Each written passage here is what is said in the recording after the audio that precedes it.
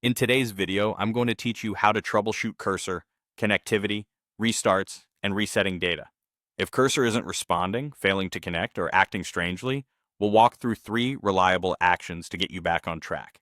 We'll start with your connection, then try a simple restart, and, if problems persist, we'll reset cursor's data or reinstall the app.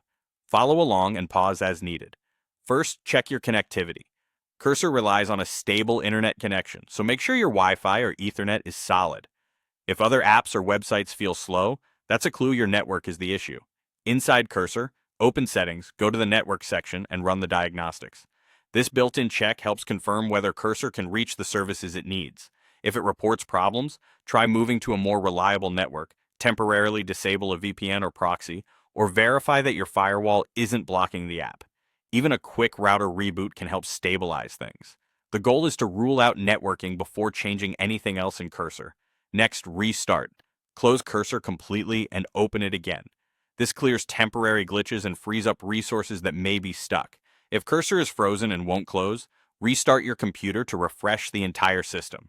It sounds simple, but a clean restart often resolves odd behavior, failed connections, or unresponsive windows by resetting background processes that the app depends on.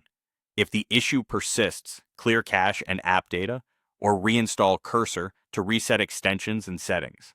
This step is best when you see recurring errors or corrupted behavior that returns after a restart. Keep in mind that clearing data resets your preferences and extensions, so make note of anything you want to restore later.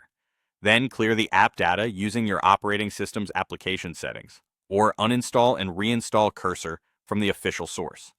A fresh install replaces damaged files and wipes problematic caches that can cause crashes, missing features, or persistent connectivity errors.